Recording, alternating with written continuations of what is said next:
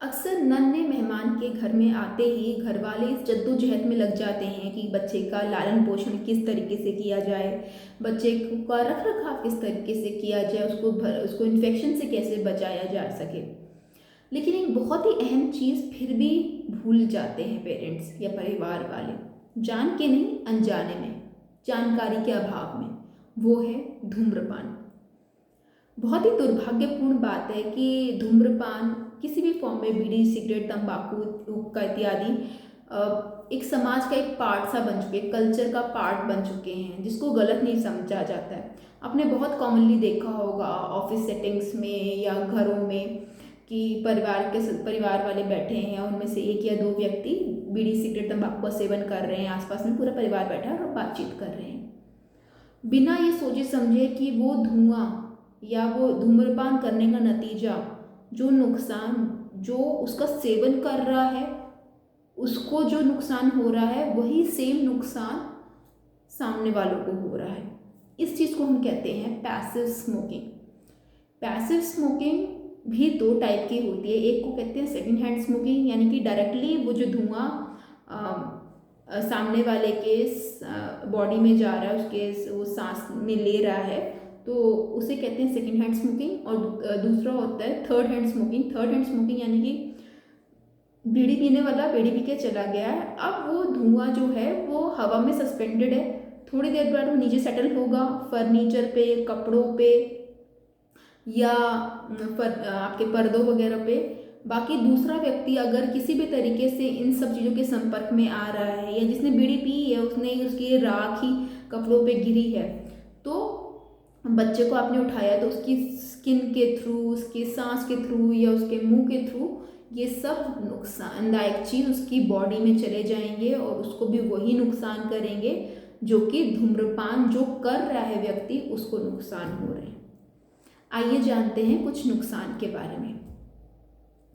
एक गर्भवती महिला जब भी इस धुएं के संपर्क में आती है तो उसके गर्भ में पल रहे बच्चे को के विकास में बहुत ही बड़ी बाधा डालता है ये बीड़ी, सिगरेट, तंबाकू का धुआं।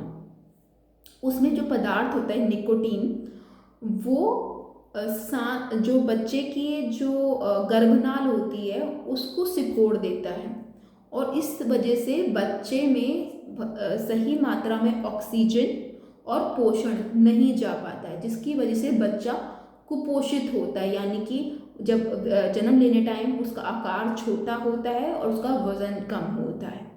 कभी कभी प्रीटर्म लेबर भी हो जाता है, जिसकी वजह से कुपोषित होने की वजह से और प्रीटर्म लेबर यानी कि समय से पहले डिलीवरी होने के कारण बच्चे की में प्रतिरोधक क्षमता कम होती है, जिसकी वजह से बच्चे को सीवियर इन्फेक्शन हो सकता है, गंभीर इन्फेक्शन हो सकता है और कभी कभी इतना सीवियर भी हो सकता है कि बच्चे की जान जाने को भी खतरा होता है।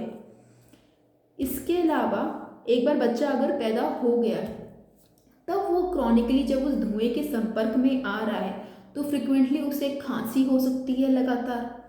ज़्यादा सीवियर रहा तो ब्रोंकाइटिस और बार बार निमोनिया होने के चांसेस हो सकते हैं, जहाँ पे उसकी पसलियाँ चलनी शुरू हो जाएंगी। सीवियर अटैक, गंभीर अटैक दमा का भी हो सकता है। बार बार बच्चे के कान पक सकते हैं, जिसकी वजह से कान के अंदर से मवाद आ सकती है और कभी कभी कान का पर्दा क्रॉनिकली फट जाता है तो उसको ऑपरेशन करने की भी नौबत आ जाती है। इसके अलावा लंबे टाइम के धुएं के संपर्क की वजह से बच्चे को लंग कैंसर जैसी दिक्कत का भी सामना करना पड़ सकता है। और सबसे महत्वपूर्ण बात, एक और महत्वपूर्ण बात कि कल के दिन आपका बच्चा भी उसी पथ पे चल सकता है जिस पथ पे आप हो। एज माता पिता हम सबकी जिम्मेदारी बनती है और हम हर माता पिता सोचते हैं कि हमारा बच्चा एक गुणी बच्चा हो, एक स्वस्थ जीवन हो।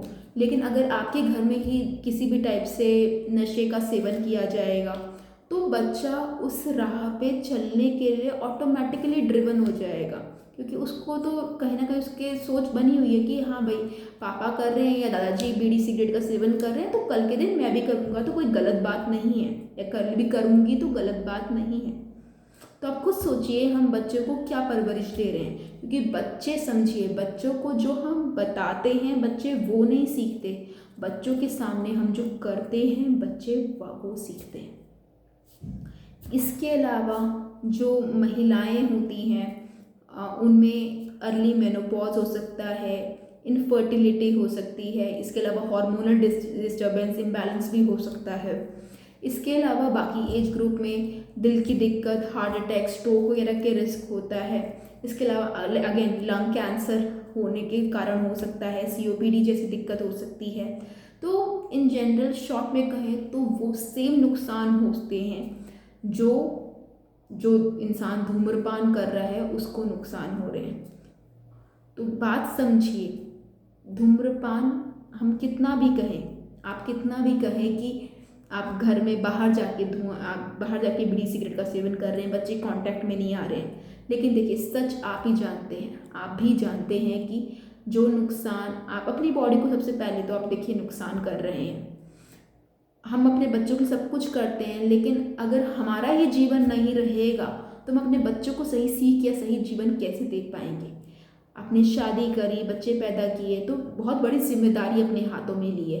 अब बीड़ी सिगरेट नशे या शराब का सेवन करके क्यों अपनी आयु कम करने चाह रहे हैं, क्यों अपनी आयु को, क्यों अपनी बॉडी को और नुकसान, अब बीमारियां देना जा रहे हैं। क्योंकि हम सभी को पता है कल के दिन बीमारियां पक्का आएंगी। जैसा हम उसकी इस बॉडी की केयर नहीं कर रहे हैं तो कहीं ना कहीं हम अपनी मतलब ग्रेव खुद ही डिग कर रहे हैं। तो इसमें समझिए, डॉक्टर की हेल्प लीजिए, नशा मुक्ति केंद्र पे जाइए, अपनी इच्छा शक्ति जागृत करिए। संभव है इन सब से, इस चक्रव्यूह से निकलना संभव है। समझिए, अपने लिए, अपने अपनों के लिए इन सब चीज़ों से नशा मुक्ति ही आपके स्वास्थ्य जीवन